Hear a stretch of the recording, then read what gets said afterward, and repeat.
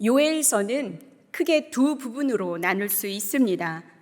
1장 2절부터 2장 17절까지가 하나님의 심판하심에 대해서 말하고 있고, 2장 18절부터 3장 20절까지는 하나님의 회복하심에 대해서 말을 하고 있습니다. 하나님의 심판하심에 대해서 말하고 있는 1장과 2장은 자세히 살펴보면 같은 형식으로 되어 있는데, 이러한 구조를 병행 구조라고 합니다. 메뚜기 재앙이 있고 회개를 촉구하고 선지자가 탄식합니다.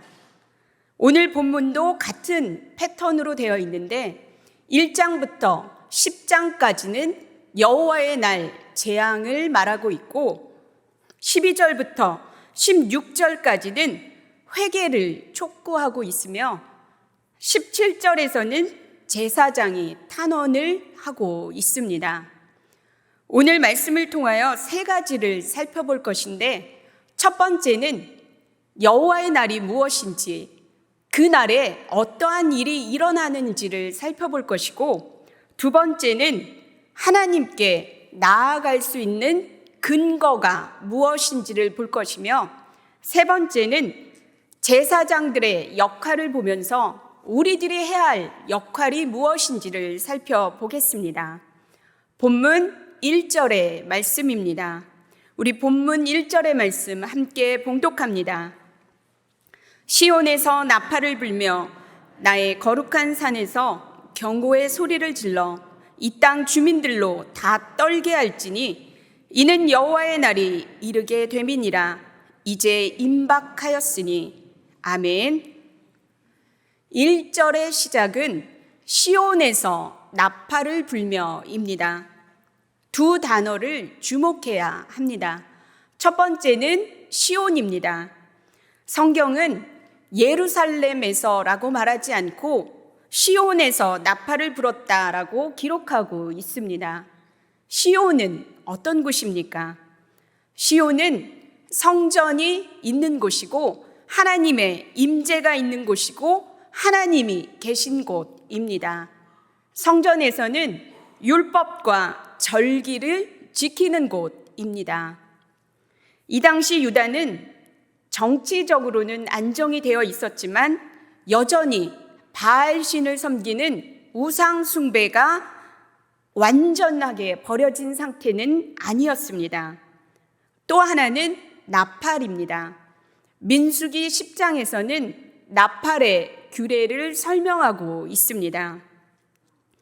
나팔을 불 때에는 크게 세 가지의 경우가 있었는데, 첫 번째는 7월 10일 대속죄일에 종교적인 집회로 모일 때 성전과 관련하여 중대한 행사를 할 때 나팔을 불었으며, 두 번째는 새로운 왕이 등극할 때에 축하의 나팔을 불었습니다. 그리고 세 번째는 이방 군대가 쳐들어올 때에 위급한 상황이라는 것을 성내 사람들에게 알리기 위해서 나팔을 길게 불었습니다. 시온에서 나팔을 분 이유는 여호와의 날이 임박했음을 알리는 경고였습니다. 경각심을 일깨워주기 위함이었습니다. 이스라엘 백성들은 여호와 하나님께서 계시는 성전에서 하나님을 섬기는 것이 아니라 영적 간음을 하고 있었고 다른 우상을 섬기고 있었습니다. 그때 하나님께서는 나팔을 불게 하셨습니다. 경고하셨습니다.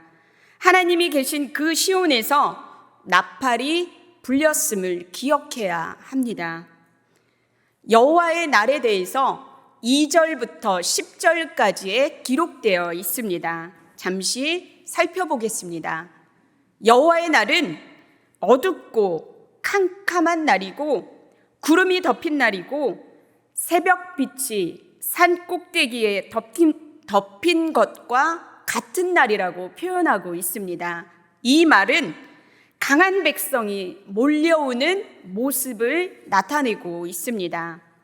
많고 강한 백성을 시각과 청각을 사용하여 3절부터 5절 사이에 기록하고 있습니다. 불이 그들의 앞을 사르고 있고 불꽃이 그들의 뒤를 태우고 있고 에덴 동산과 같았던 땅은 황폐한 들이 되었으며 모양은 말과 같고 달리는 것은 기병과 같다라고 기록하고 있습니다. 소리는 병거 소리, 불꽃이 건불을 사르는 소리라고 기록하고 있습니다. 많고 강한 백성들 때문에 백성들의 반응이 나타나 있는데 6절에 기록되어 있습니다. 백성 모두가 질리고 무리의 낯빛이 하얘졌습니다. 창백해졌습니다. 많고 강한 백성들로 인해 나타나는 백성들의 반응은 두려움이었습니다. 두려움에 떨고 있습니다. 7절부터 10절까지는 많고 강한 백성이 공격하는 모습을 기록하고 있습니다. 용사같이 달리고 무사같이 성을 기어 오릅니다. 주를 이탈하지 않습니다. 부딪히지도 않고 자기의 길로 나아갑니다. 성중에 뛰어 들어갑니다. 도둑같이 창으로 들어갑니다. 땅이 진동하고 하늘이 떨며 해와 달이 캄캄하며 별들이 빛을 거둡니다. 공격의 맹렬함을 표현하는 것으로서 소망이 완전히 사라졌음을 나타내고 있습니다. 우리 본문 11절의 말씀을 보겠습니다. 함께 읽겠습니다. 여호와께서 그의 군대 앞에서 소리를 지르시고 그의 진영은 심히 크고 그의 명령을 행하는 자는 강하니 여호와의 날이 크고 심히 두렵도다. 당할 자가 누구이랴. 아멘. 11절을 보니까 그의 군대 앞에서 소리를 지르는 분이 여호와라고 기록되어 있습니다. 그의 라는 표현을 3번이나 사용하면서 유다를 침략해오는 이방 군대의 지휘관이 여호와 하나님이라고 기록하고 있습니다.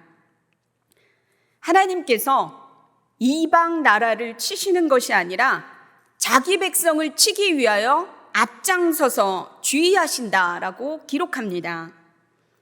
이들은 여호와의 날이 오면 하나님께서 이스라엘을 괴롭히는 주변 나라들을 심판하실 거라고 생각하고 있었습니다. 그런데 이거는 생각지도 못한 일이었습니다. 이것이 요엘서에서 말하는 여호와의 날입니다.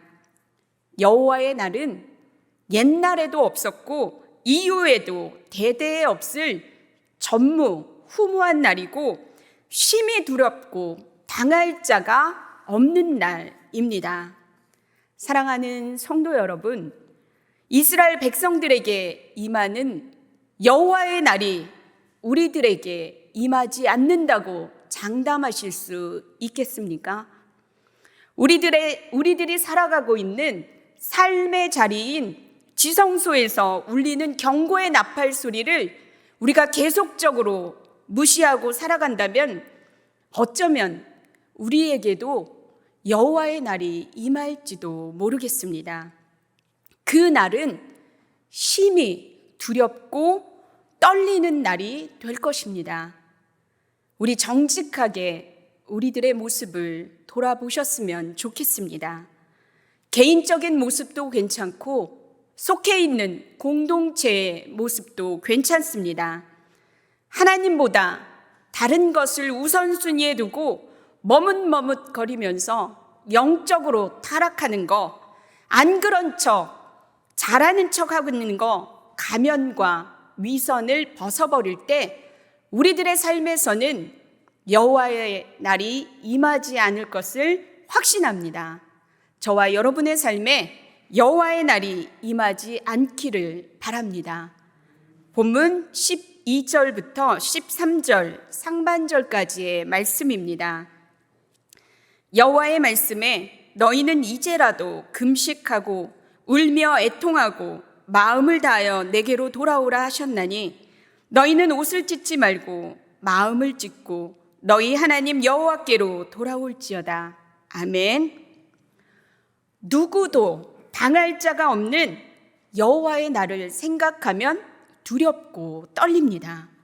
그런데 이내 그 두려움은 사라지고 제 눈에 이 단어가 들어왔습니다. 이제라도입니다.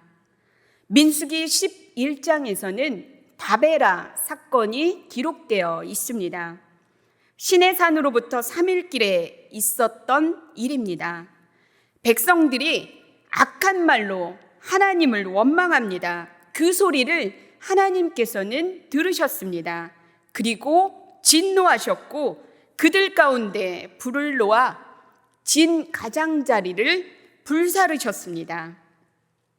하나님께서 가장자리 장막에만 불을 붙이신 것에 우리들은 주목해야 합니다. 장막 전체를 불사를 줄 몰라서 하나님께서 장막 전체가 아닌 진 가장자리에만 불을 붙이셨을까요? 아니요. 우리 하나님은 심판하려는, 멸망하려는 목적이 아니라 깨닫고 돌아오게 하기 위해서 전체를 불사를 줄 아시면서도 진 가장자리에만 불을 사르셨습니다. 다베라 사건의 핵심은 이제라도입니다. 저는 이런 하나님이 너무나 좋습니다. 이런 하나님께 박수를 보내드립니다. 여호와의 날이 임하지 않는 비결은 이제라도 회개하고 돌아오면입니다. 우리 하나님은 바로바로 심판하시는 분이 아니시라 이제라도 돌아오기를 간절히 바라는 분이십니다. 믿으십니까? 이제라도 돌아오기만을 원하시는 하나님께 누가 어떻게 돌아갈 수 있는지 그 대상과 방법을 살펴보겠습니다. 이제라도 돌아올 대상은 너희는입니다. 다른 사람이 아닙니다. 자기 자신입니다. 방법은 무엇입니까? 첫 번째는 금식하고입니다. 금식은 슬픔을 표현할 때 하는 것으로 자신의 힘으로 하던 모든 것을 내려놓고 하나님을 신뢰하고 하나님의 인도하심을 받겠다라는 결단입니다. 무엇보다 회개하고 하나님께 돌아올 때 하는 것이 금식입니다. 두 번째는 울며입니다. 울며라는 단어는 큰 소리를 내서 펑펑 우는 것을 말합니다. 이 단어는 자기 자신에 대한 절망을 나타낼 때 쓰이는 단어입니다. 세 번째는 애통하고입니다. 애통은 매우 깊은 근본적인 슬픔을 말합니다. 극한의 슬픔으로 인해 머리카락을 쥐어뜯거나 가슴을 치는 행위를 애통이라고 합니다. 성경에서는 애통은 자신의 것이 아닌 하나님의 것을 잃어버렸을 때 그 슬픔으로 우는 것이 애통이라고 합니다. 마지막 네 번째는 마음을 다하여입니다. 우리말 성경에서는 마음을 다하여가 뒤에 있지만 히브리어 성경에서는 마음을 다하여가 맨 앞에 와 있습니다. 가장 먼저 나와 있습니다. 율법을 지키고 하나님의 말씀을 지키는 것의 첫 번째는 마음을 다하는 것입니다. 우리의 마음이 다른 곳으로 향해 있을 때 우리들은 하나님을 보지 않고 우상을 섬기게 되어 있습니다. 그러므로 하나님께 돌아가는 첫 첫 발걸음은 마음을 잡는 것입니다. 사랑하는 성도 여러분, 오늘 우리들의 마음은 어디로 향해 계십니까? 진짜 하나님께 돌아가고 싶기는 하십니까? 하루에도 수십 번, 수백 번 변하는 그 마음을 붙들고 살기란 너무나 어렵습니다. 그래서 우리는 매일매일 연약함을 내어놓고 성령의 충만함을 구해야 합니다. 그래야지 우리가 하나님 앞에 나아갈 수 있습니다. 그래야 하나님께서 말씀하시는 이제라도 돌아오라 라는 말씀에 반응할 수 있습니다. 저와 여러분의 삶에 이제라도 돌아오라는 기회를 주시는 하나님께 금식하며 울며 애통하며 마음을 다하여 나아가시기 바랍니다. 본문 13절의 하반절의 말씀입니다. 함께 봉독합니다. 그는 은혜로우시며 자비로우시며 노하기를 더디하시며 인애가 크시사 뜻을 돌이켜 재앙을 내리지 아니하시나니. 아멘. 하나님께 용서를 구했을 때에 마음을 찢고 나아갔을 때 혹시 하나님께서 안 받아주시면 어떻게 하지 하는 생각을 해보신 적은 없으십니까? 그때에 우리들이 붙잡아야 하는 것이 있습니다. 언약에 근거한 하나님의 성품입니다. 불순종한 언약 백성들이 회개하고 돌아올 수 있는 유일한 근거는 하나님의 성품입니다. 출애굽기 34장 6절은 이렇게 기록합니다. 여호와께서 그의 앞으로 지나시며 선포하시되 여호와라 여호와라 자비롭고 은혜롭고 노하기를 더디하고 인자와 진실이 많은 하나님이라. 아멘. 요나서 4장 2절도 이렇게 기록하고 있습니다. 주께서는 은혜로우시며 자비로우시며 노하기를 더디하시며 인애가 크시사 뜻을 돌이켜 재앙을 내리지 아니하시는 하나님이신 줄을 내가 알았음이니이다. 아멘. 오늘 본문에서 말씀하고 있는 은혜로우신 분이라는 것은 값없이 사랑을 베푸시는 분이라는 뜻입니다. 자비로우신 분이라는 것은 자격 없는 자를 불쌍히 여기시는 분이라는 뜻입니다. 노하기를 더디하시는 분은 참고 기다리시며 인내하시는 분이라는 뜻입니다. 인애가 크신 분은 사랑을 변함없이 주시는 분이시고 뜻을 돌이켜 재앙을 내리지 않는 분은 언제라도 심판을 거둘 준비를 하고 계신 분이라는 뜻입니다. 하나님께서는 죽어 마땅한 사람이라 할지라도 하나님의 성품을 의지하고 이제라도 금식하며 울며 애통하며 마음을 찢으며 나아가는 사람들에게 하나님께서 기회를 주십니다. 저와 여러분이 마음을 찢고 하나님 앞에 나아가길 바랍니다. 본문 14절의 말씀입니다. 14절의 말씀 함께 봉독합니다. 주께서 혹시 마음과 뜻을 돌이키시고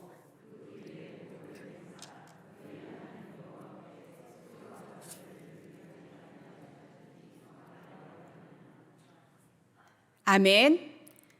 이제라도 우리가 회개하며 나아갈 수 있는 근거는 하나님의 성품이었습니다. 그런데 이스라엘 백성들은 회개만 하면 자동으로 하나님께서 용서한다고 생각했습니다. 이스라엘의 회개는 하나님의 은혜를 구하기 위한 필요 조건이지 충분 조건은 아닙니다. 여기에서 우리가 잊지 말아야 할 것은 용서하고 심판을 철회하고 안 하고는 하나님의 전적인 주권에 달려 있다는 것입니다. 요엘 선지자는 누구보다 그것을 잘 알고 있었기에 하나님께서 혹시 마음과 뜻을 돌이키셔서 복을 내리시고 소재와 전제를 드리게 하실지 누가 알겠느냐라는 말로 대신하고 있습니다. 오늘 우리들은 하나님의 주권을 얼마나 인정하며 살고 계십니까? 하나님의 영역에 내가 하나님이 돼서 그 자리에 올라앉아 있지는 않으십니까? 하나님의 자리를 내어 드리시기 바랍니다. 그 자리에서 내려오시기 바랍니다. 하나님의 일과 우리가 해야 할 일을 정확하게 분별할 수 있도록 기도하시기 바랍니다. 분별력은 우리가 하나님을 얼마나 경외하느냐에 달려 있습니다. 저와 여러분의 삶에 하나님을 경외함으로 하나님의 주권을 온전하게 인정하게 되길 바랍니다. 본문 15절부터 17절까지의 말씀입니다. 우리 함께 봉독하겠습니다. 너희는 시온에서 나팔을 불어 거룩한 금시기를 정하고 성회를 소집하라. 백성을 모아 그 모임을 거룩하게 하고 장로들을 모으며 어린이와 젖먹는 자를 모으며 신랑을 그 방에서 나오게 하며 신부도 그 방에서 나오게 하고 여호와를 섬기는 제사장들은 낭실과 제단 사이에서 울며 이르기를 여호와여 주의 백성을 불쌍히 여기소서. 주의 기업을 욕되게 하여 나라들로 그들을 관할하지 못하게 하옵소서. 어찌하여 이방인으로 그들의 하나님이 어디 있느냐 말하게 하겠나이까 할지어다. 아멘. 2절에서 나팔을 불었던 것은 경고였습니다. 그런데 오늘 15절에서 나팔을 부는 이유는 성회를 소집하기 위함이었습니다. 장소는 성전이고 대상은 장로들로부터 어린이, 젖먹는 자, 신랑, 신부까지 남녀노소를 모두 포함한 백성들입니다. 모든 사람들이 공동체로 모여 공동체 전체가 회개하라고 합니다.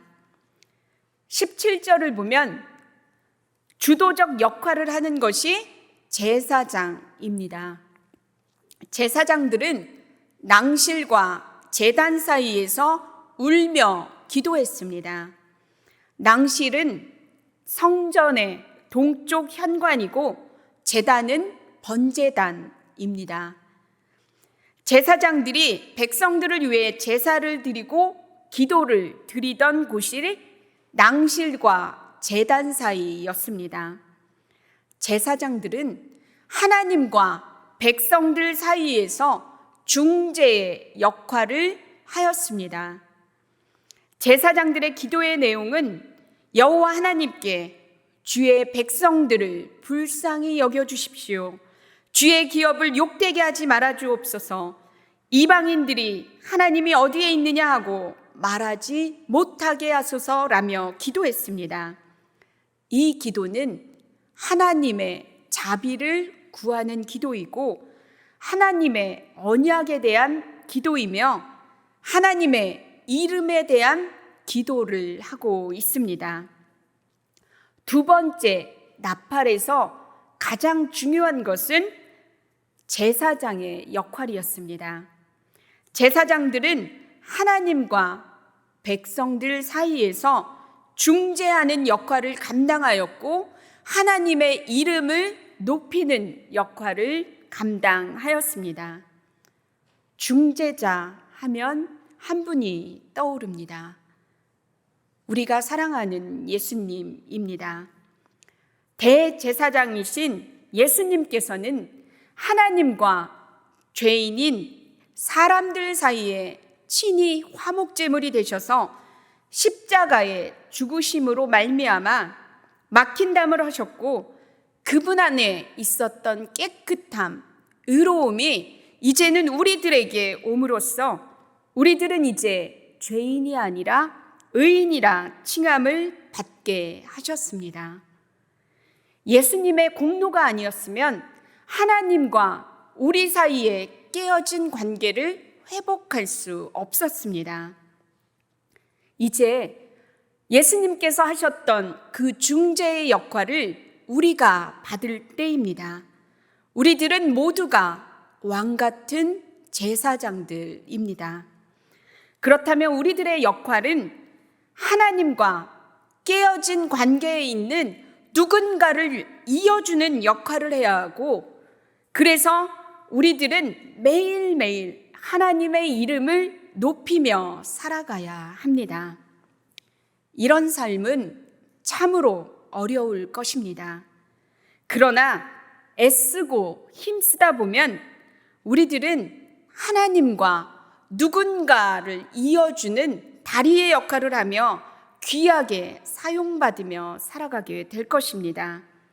저와 여러분의 삶에 대제사장이셨던 예수님의 그 중재자의 역할이 우리들도 감당하며 하나님과 누군가의 관계가 깨어진 그 다리를 이어주는 역할을 한 분 한 분이 잘 감당하게 되길 바랍니다.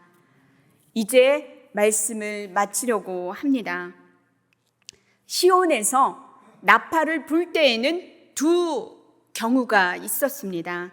한 번은 여호와의 날이 임박했을 때고, 또 한 번은 거룩한 성회를 소집하기 위해 나팔을 불었습니다. 우리들의 삶에 임박한 무슨 일을 알리기 위한 경고가 있다면, 또는 거룩한 성의를 지키고 하나님과 누군가를 연결시켜주는 중재자의 역할을 하라며 나팔이 불려진다면 거기에 반응하시기 바랍니다. 그때 온 마음을 찢고 기도하시기 바랍니다.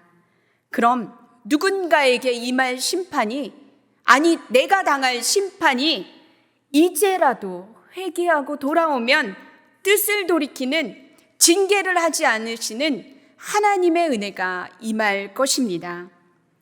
오늘 누가 우리들의 삶에 불려지는 나팔에 반응하여 온 마음을 찢고 회개하고 기도하며 중재의 역할을 기꺼이 감당하겠노라 결단하시겠습니까?